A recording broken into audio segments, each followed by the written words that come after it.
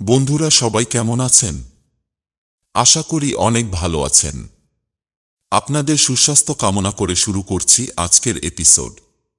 তার আগে জানিয়ে রাখি যারা আমার এই চ্যানেলটি সাবস্ক্রাইব করে সাথে আছেন তাদের কাছে কৃতজ্ঞ রইলাম। আর যারা এখনো সাবস্ক্রাইব করেননি তাদের নিকট অনুরোধ এই ধরনের ভিডিও পেতে চ্যানেলটি সাবস্ক্রাইব করে সাথে থাকবেন।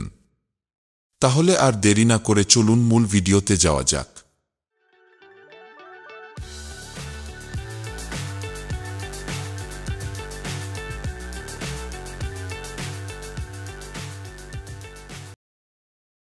বন্ধুরা, শরীরের সবচেয়ে সংবেদনশীল অংশের নাম চোখ।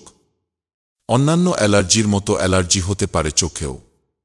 চোখের অ্যালার্জিতে মানুষ তখনই আক্রান্ত হয় যখন তার শরীরের ইমিউন সিস্টেমে কোনো ধরনের সমস্যা দেখা দেয়। গরমে ধুলোবালির কারণে অ্যালার্জির আক্রমণ হতে পারে চোখে। তাই চোখের অ্যালার্জির ব্যাপারে খুব সতর্ক থাকতে হবে। চোখে অ্যালার্জি হলে ঘরোয়াভাবে যে চিকিৎসা দেয়া যেতে পারে তাই নিয়ে আলোচনা করা হলো। ভিডিওটি টেনেটুনে দেখবেন না, তাহলে কিছুই বুঝবেন না।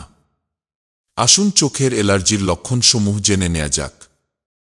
1. চোখ লাল হয়ে যাওয়া। 2. চোখে চুলকানি হওয়া আর অনবরত পানি পড়া। 3.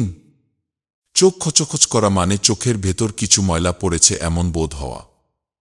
4. চোখ ফুলে যাওয়া। বন্ধুরা, চোখের অ্যালার্জির লক্ষণসমূহ তো জানতে পেরেছেন। এবার চলুন প্রতিরোধ করার উপায়গুলি জেনে নেওয়া যাক। প্রতিরোধের উপায়। 1. চোখের অ্যালার্জির প্রিভেন্টিভ হিসেবে গোলাপ জলের জুড়ি নেই।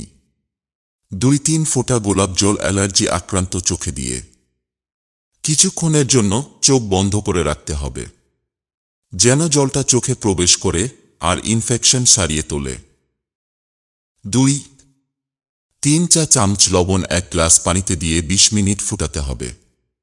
তারপর ঠান্ডা হলে 1 টুকরা পরিষ্কার তুলা দিয়ে আক্রান্ত চোখের কোনা মুছতে হবে, যেন চোখে থাকা ময়লা বের হয়ে আসে এবং যেন চুলকানি আর অস্বস্তি আপনাকে মুক্তি দেয়।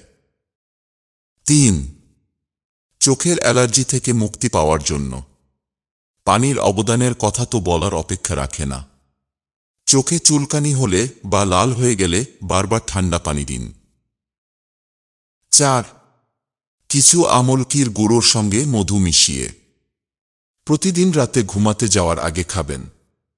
এতে আপনার ইমিউন সিস্টেমের উন্নতি সাধন হবে আর অ্যালার্জি থাকবে আপনার কাছ থেকে দূরে। বন্ধুরা, তাহলে আজ এই পর্যন্ত। আবার দেখা হবে অন্য কোনো এপিসোডে। সেই পর্যন্ত ভালো থাকুন। ভিডিওটি যদি কোনো উপকারে আসে তাহলে অবশ্যই লাইক, কমেন্টস এবং শেয়ার করবেন। এ ধরনের ভিডিও পেতে সাবস্ক্রাইব করতে একদম ভুলবেন না।